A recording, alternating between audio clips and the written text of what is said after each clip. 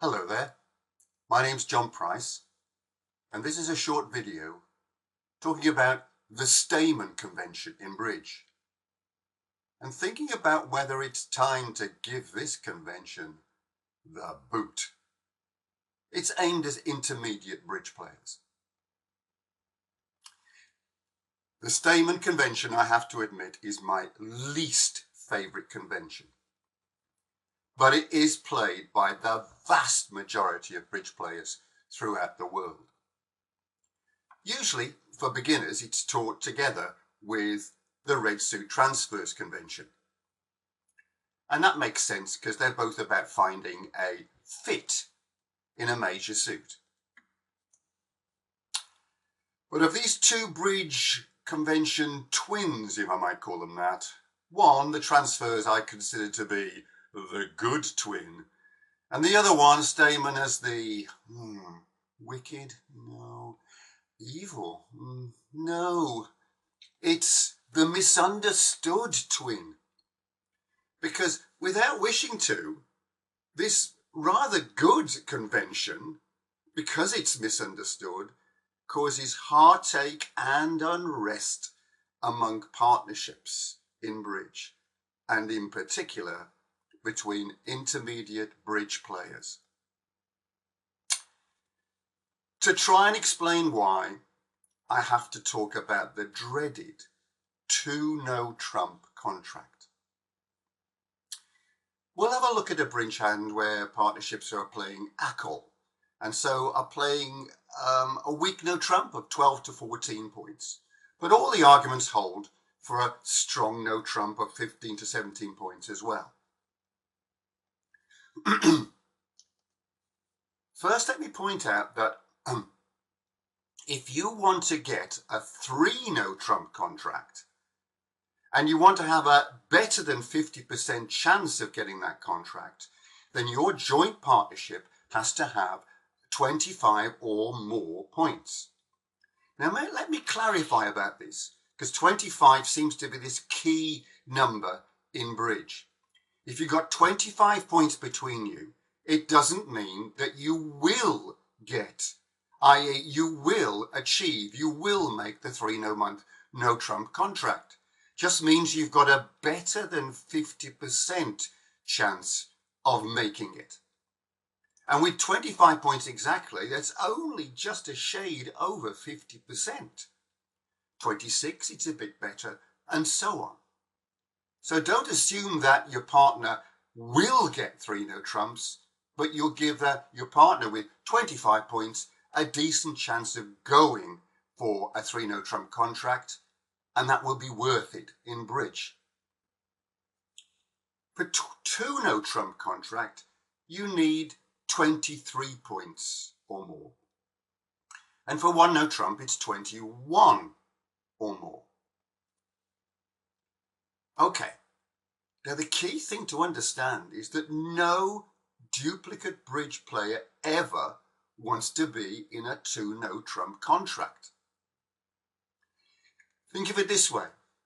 When you're playing duplicate bridge, all the tables are playing exactly the same hands. They've got exactly the same cards, but they'll bid them differently.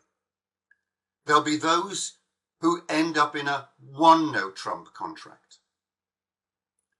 and in theory should get the same number of tricks as you. Let's imagine there are actually 8 tricks available. Then the partnerships will get the same points. But if there are only 7 tricks available, then the ones that went 1-no trump will make their contract, while you, in a 2-no trump contract, will go down. So there's no gain. Some will get 1-no trump plus 1, and you will get your 2-no trumps, but you get the same number of points, you've gained nothing. But in other circumstances, you'll go down, and they'll get their contract of 1-no trump. But it's worse than that. If you're playing in a 2-no trump contract, then the defenders will be in the know, judging by the bidding, that things are going to be tight for you. Otherwise, you would have bid 3 no trumps. And they can almost smell your fear as you start this contract, and they will fight tooth and nail for every last trick. They'll be concentrating on every trick. However, on other tables, where the defenders are playing against a 1 no trump contract, and often they'll lose interest when 7 tricks are won, and unnecessarily give away a trick from loss of concentration, which shouldn't have been gone. And in fact, you will find that many times those people in 1 no trump get a +1 result, and those people in 2 no trumps with exactly the same cards will get 2 no trumps -1. Now, I'm talking about human players here, not computers. And unfortunately, the Stayman Convention, which is very good if you look at it mathematically, if you look at it and assume that all the players are completely illogical, just like computers, then it is, without doubt, a good system.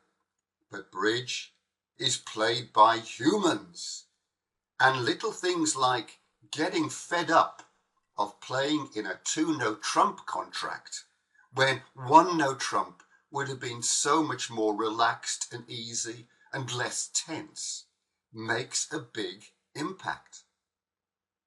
And you know what?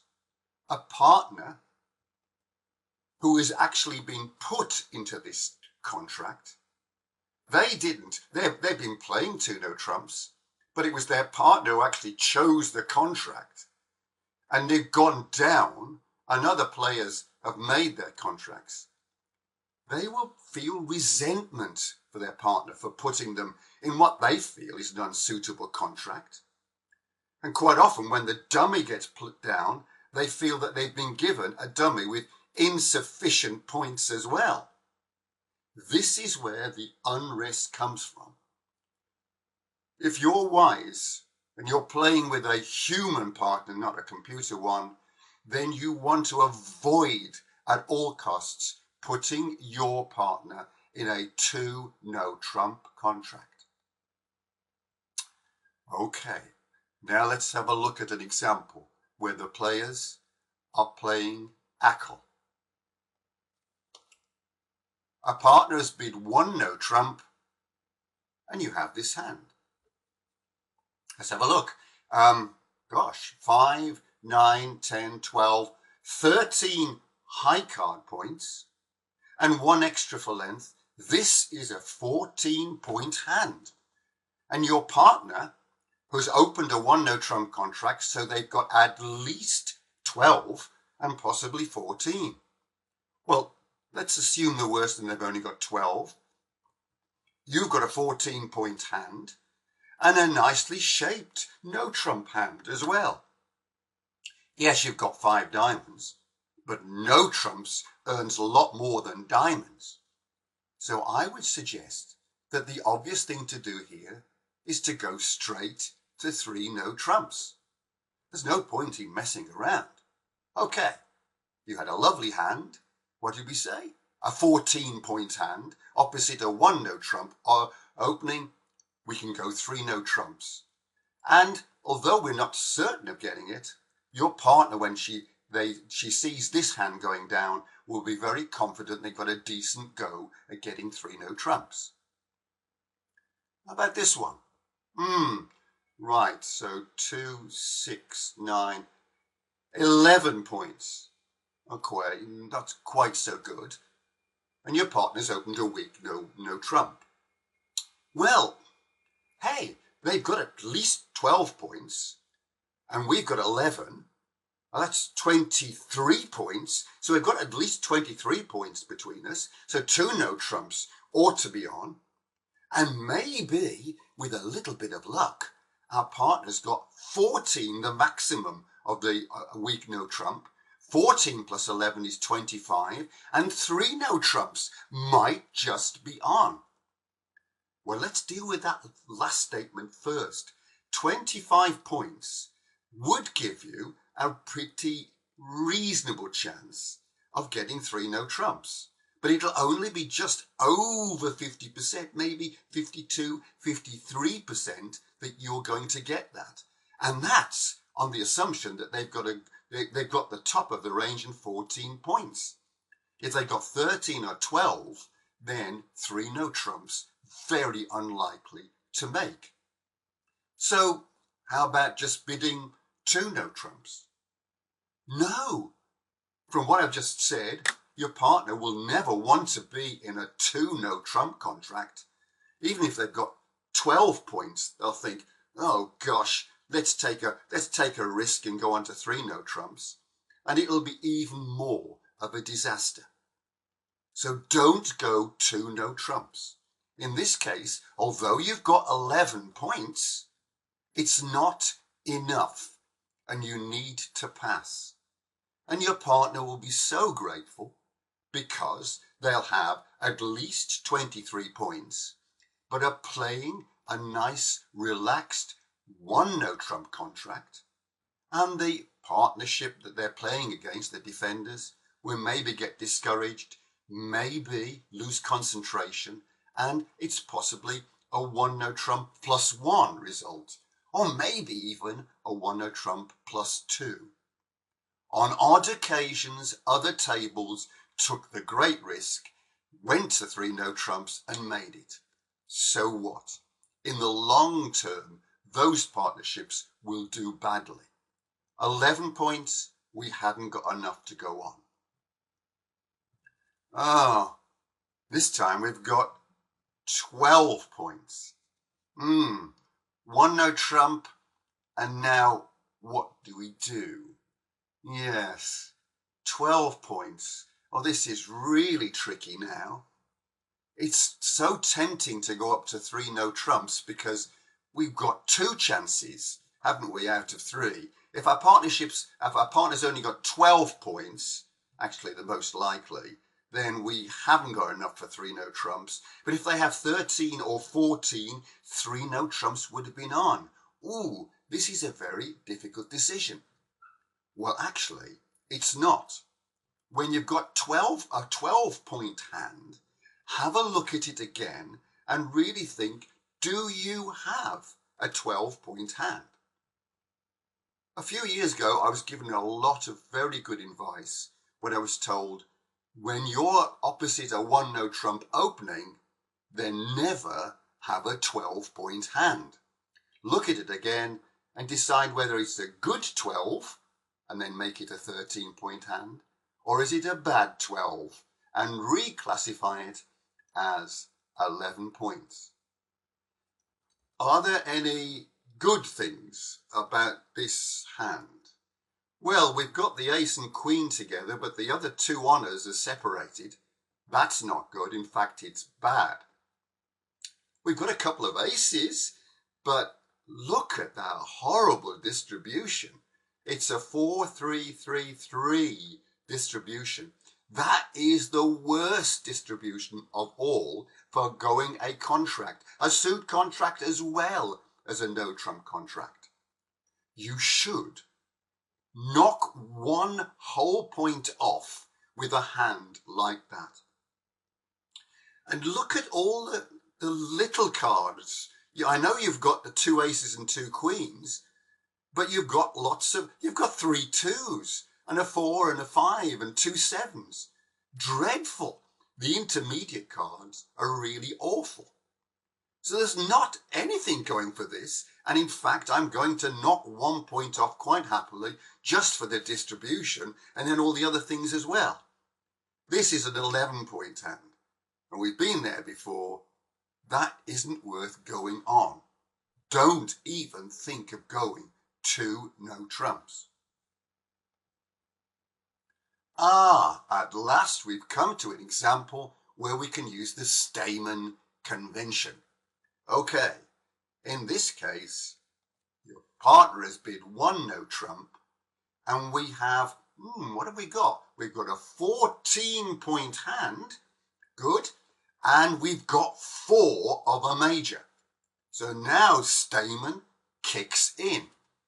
What you do is, if you've got a 4-card major, you can apply Stayman, and you do that by bidding 2 clubs. Your partner, of course, wasn't asleep.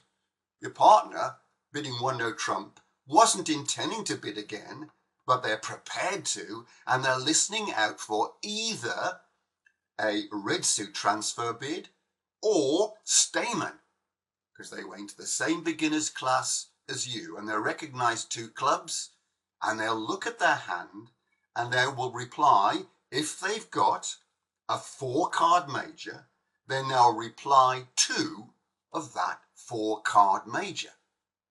And if they say 2 hearts, we'll be really pleased. The trouble is, you never get 2 diamonds, do you? You never get 2 hearts. You either get 2 diamonds or you get 2 spades. 2 diamonds, by the way, means they don't have any 4-card major. And you've got to be prepared for that. But in this case, it's not a problem, because we've got 14 points and your partner's got at least 12. We're very happy to go 3 no trumps. Actually, thinking about it, we don't really have 14 points there, do we? I should have looked at this again. That has got a terrible distribution. It's got the 4, 3, 3, 3 distribution. So this is not a 14-point hand. It's a 13-point hand. But we can still go 3 no trumps and be happy. By the way, we have actually given quite a bit of information to our opposition. If we'd started off our partnership opening at 1 no trump and we had gone straight to 3 no trumps, in other words, ignoring the Stayman Convention, gosh, how could we do that? If we'd done that, then the partnership we were playing against has no idea what sort of cards we've got. Now they know that my partner, the player who's going to be playing the contract, doesn't have a 4-card major. That's useful to know. So we've actually got off a little bit worse by playing the Stayman. But in the long run, if you play Stayman really well, and particularly if you're a computer, then it's good to play Stayman. What happens if you get the right reply? And this is what you wanted to have. You're going to go 2 hearts, and then you'll go straight away and think, that's the one I wanted to hear, and you'll go 4 hearts. You know that you've got an 8-card fit. Your partner's got 4 and you have got 4, and you should do well in a 4-heart contract. In fact, you'll do better than if you're in a 3 no trump contract. Or at least that's what the theory says. There's a slightly better chance of you doing better in 4 hearts than in 3 no trumps. Though again, I'm looking at this hand and thinking, oh gosh, there's certainly absolutely no chance of trumping in this hand here. Because of my shape, I'm not going to be able to sneak an extra trick as you're supposed to do when you've got an 8-card fit. However, because it's a 4-4 fit, then you can count either hand as the short hand, and let's hope you're going to be able to get that extra trick by trumping in the other hand. You'll assume that your partner's hand will be, you can pretend that's the short hand and hope that they can get a trump extra trick from there. Okay, what about this one? Right, 1 no trump has been bid.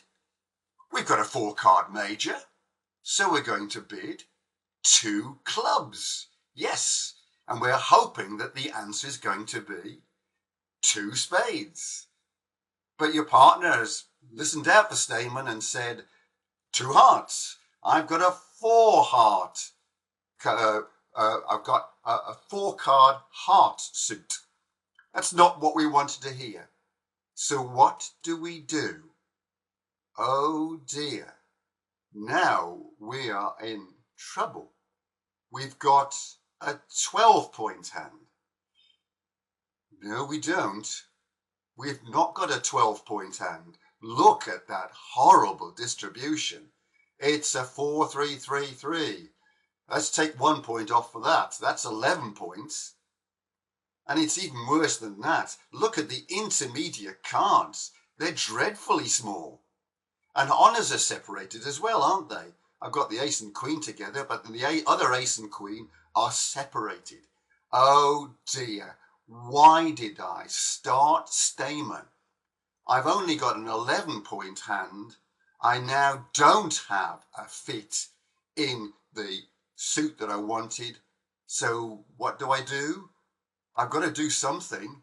Do I go 2 no trumps? Please don't do that. You know what? You should have passed and not done Stayman. Although you've got a 4-card major, you haven't got enough points to go on to a good contract if you don't get the right answer that you wanted to have. You were hoping for a reply of 2 spades.